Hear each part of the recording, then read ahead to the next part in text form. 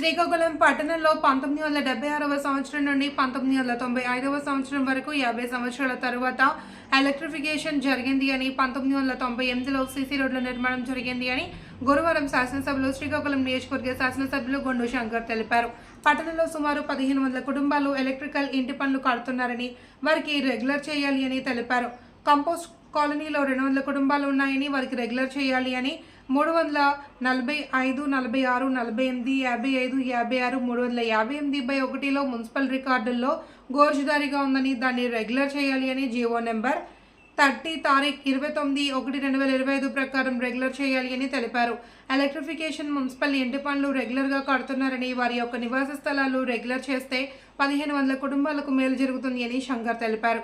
శాసనసభ సమయం వృధా చేయకుండా తక్కువ సమయంలో ఎక్కువ సమాచారాన్ని సభ ముందు ఉంచినందుకు శంకర్కు స్పీకర్ అభినందించారు.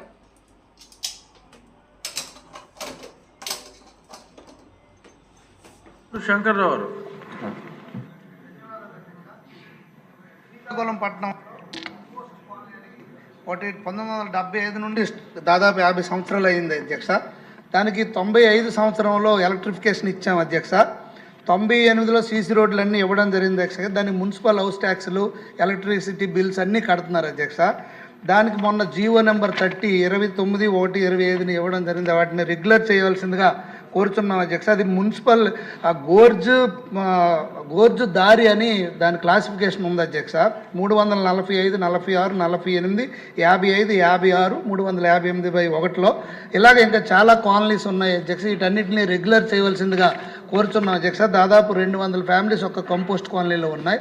శ్రీకాకుళం మొత్తంలో 5-6 ప్లేసుల్లో ఇలా ఉన్నాయి అధ్యక్ష. దాన్ని రెగ్యులర్ చేస్తే దాదాపు 1500 ఫ్యామిలీస్కి ఉపయోగపడుతుందని మీ ద్వారా గౌరవ రెవెన్యూ మంత్రి గారు తెలియజేస్తున్నారు అధ్యక్ష. నమస్కారం. చాలా సూటుగా క్లుప్తంగా అడిగారు. చాలా సంతోషం, మీకు ప్రత్యేక ధన్యవాదాలు. ఇప్పుడు కోనేటి ఆదిమూలం గారు ఆయకట్టు అధ్యక్ష. దాంట్లో 30,000 ఎకరాలు దాదాపు నా నియోజకవర్గంలో ఉంది అధ్యక్ష. మాది థైలాండ్. దీంట్లో 37 TE పనులు ఇంతవరకు ముగింపు అవ్వలేదు అధ్యక్ష. మొన్నే అది క్లోజ్ చేయించాము, మళ్ళీ రీఎస్టిమేట్ వేసాం.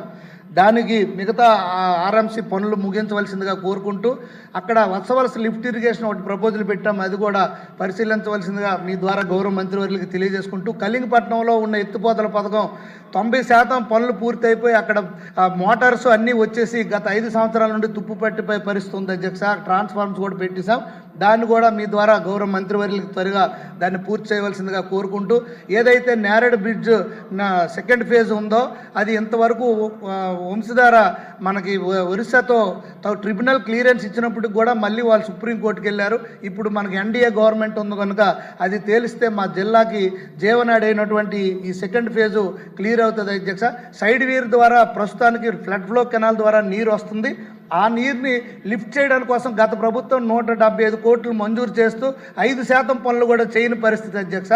అది లిఫ్ట్ చేసి మాకు 90% పూర్తయిపోయినటువంటి మా రిజర్వాయర్లో హెర్మన్లో రిజర్వాయర్లోగా నీరు పెడితే ఆ వాటర్ని మళ్ళీ గ్రావిటేషనల్ ఫోర్స్ ద్వారా నదిలోకి వచ్చి మళ్ళీ 2 కెనాల్స్కి కూడా నీరు వెళ్ళడానికి అవకాశం ఉంటుంది అధ్యక్ష.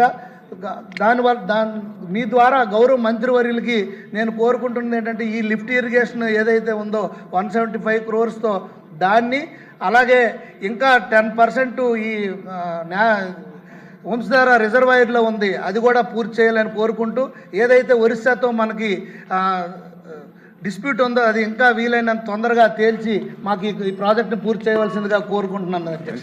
ధన్యవాదాలు.